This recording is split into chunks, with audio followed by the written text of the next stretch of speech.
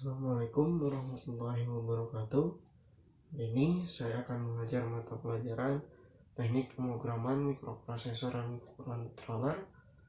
Nah, untuk materi kali ini adalah flowchart dalam kehidupan sehari-hari.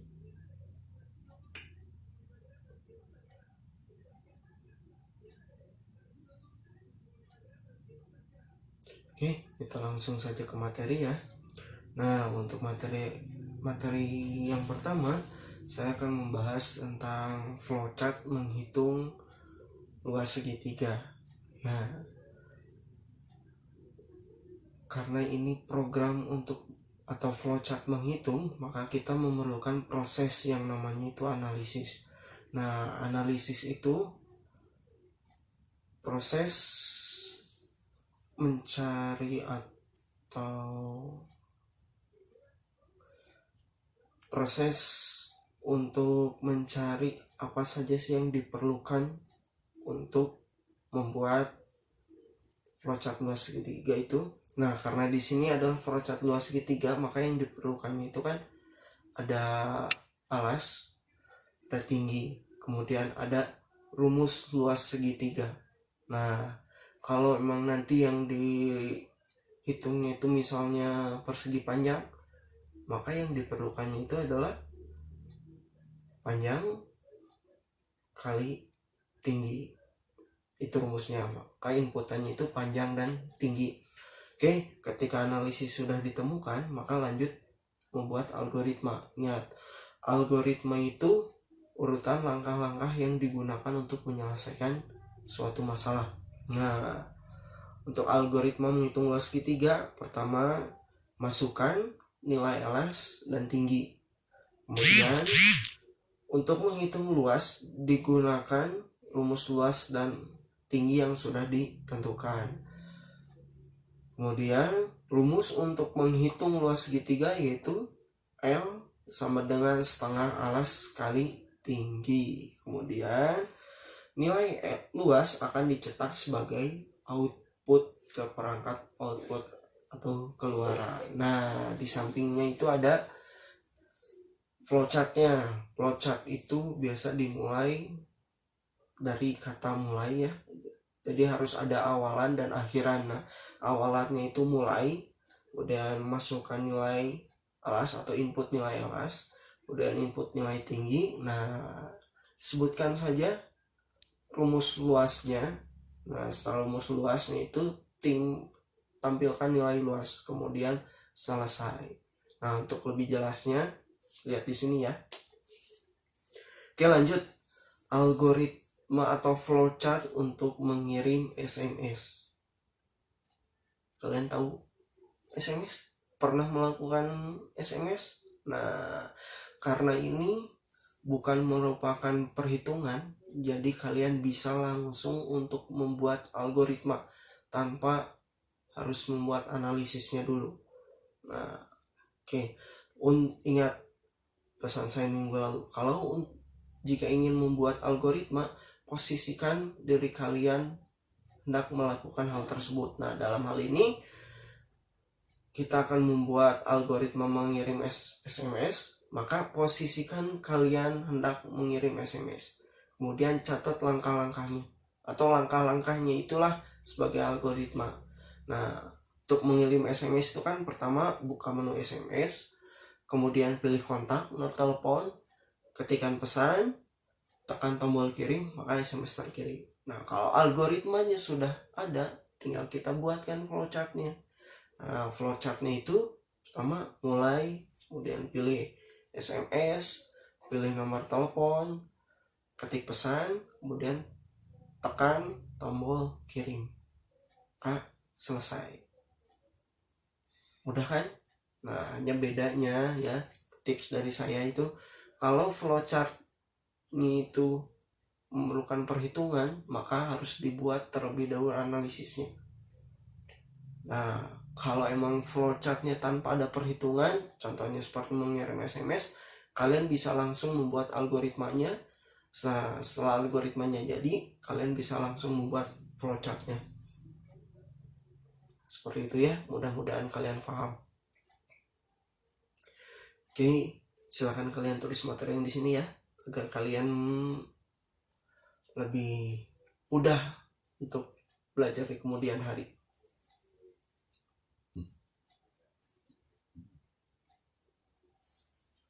Oke, silakan kalian lihat lagi materi yang di sini ya.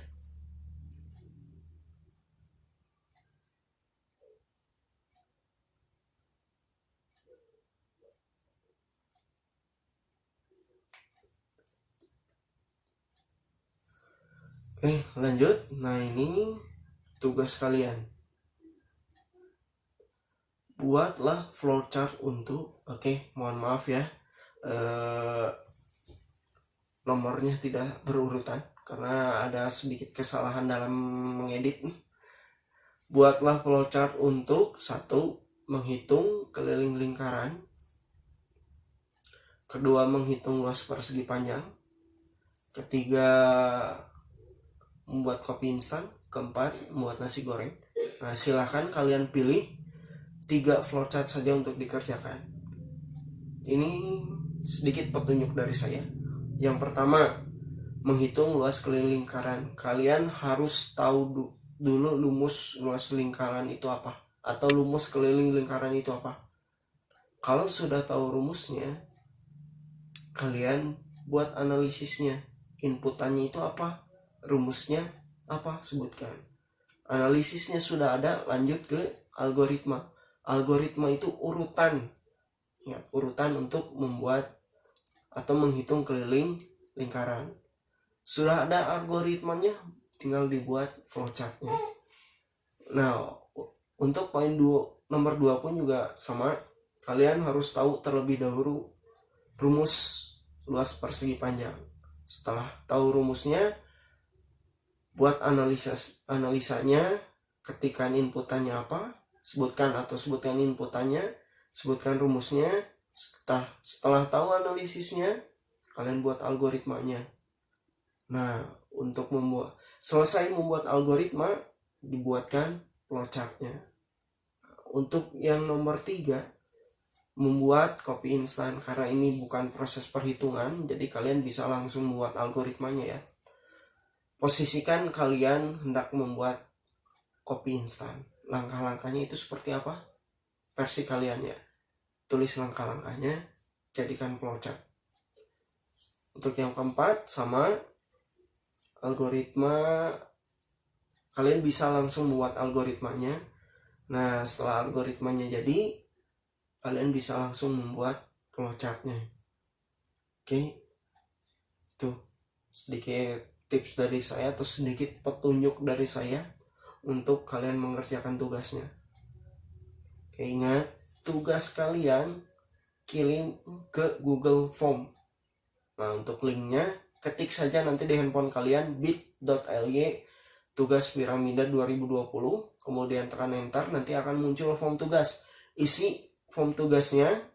Nah, untuk keterangannya, jangan sampai salah mengisi keterangan tugas. Untuk tugas kali ini, keterangan tugasnya itu tugas mm2 _ nama siswa. Ingat, jangan sampai salah ngisi keterangan tugas. Kalau tidak diisi ataupun salah, maka tidak akan saya nilai. Oke. Nah, untuk cara upload tugasnya akan diberitahu di akhir video ini. Oke, perhatikan baik-baik ya nanti cara upload tugasnya.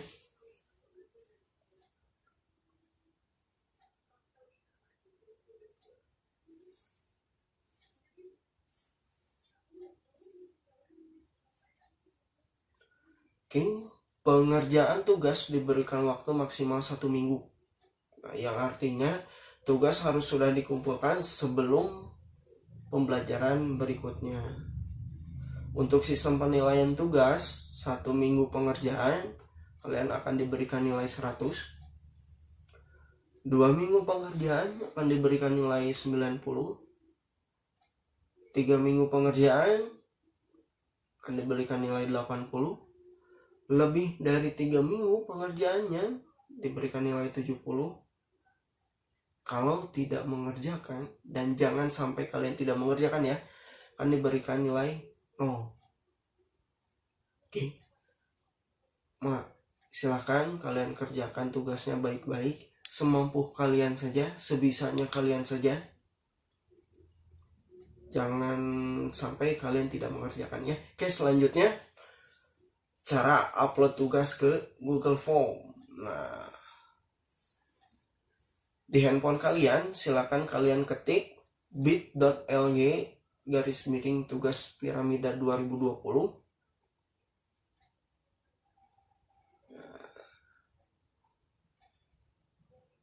Oke, perhatikan cara-caranya di video sini ya.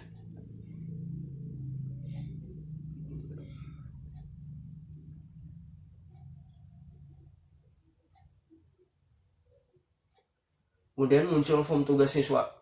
Nama, silakan kalian isi nama kalian. Kemudian untuk kelasnya, silakan kalian isi dengan nama kelas kalian. Nah, untuk mata pelajarannya diisi juga, dipilih mata pelajaran kalian. Oke, untuk tugasnya, nah, silakan kalian upload gambarnya. Nah, pilih gambarnya. Setelah dipilih, nah ini adalah proses upload ya, upload gambar tugas kalian. Kemudian ingat, keterangan tugasnya diisi ya. Untuk keterangan tugasnya itu dilihat di materi atau di PowerPoint atau di video. Kalian lihat. Nah, di sini saya mencontohkan nama tugasnya itu Sindik 2 _ nama siswa. Kalau untuk tugas kali ini, keterangan tugasnya adalah tugas MM2 _ nama siswa. Nah, kalau sudah diisi, silakan kalian scroll lagi ke atas. Lihat lagi, jika saja ada yang belum diisi. Kalau sudah yakin sudah diisi semua, kalian klik kirim. Nah, ini tandanya tugas kalian sudah selesai dikirim. Oke. Sekian materi hari ini atau materi pertemuan kali ini. Sampai jumpa minggu depan. Billahi taufiq wal hidayah. Assalamualaikum warahmatullahi wabarakatuh.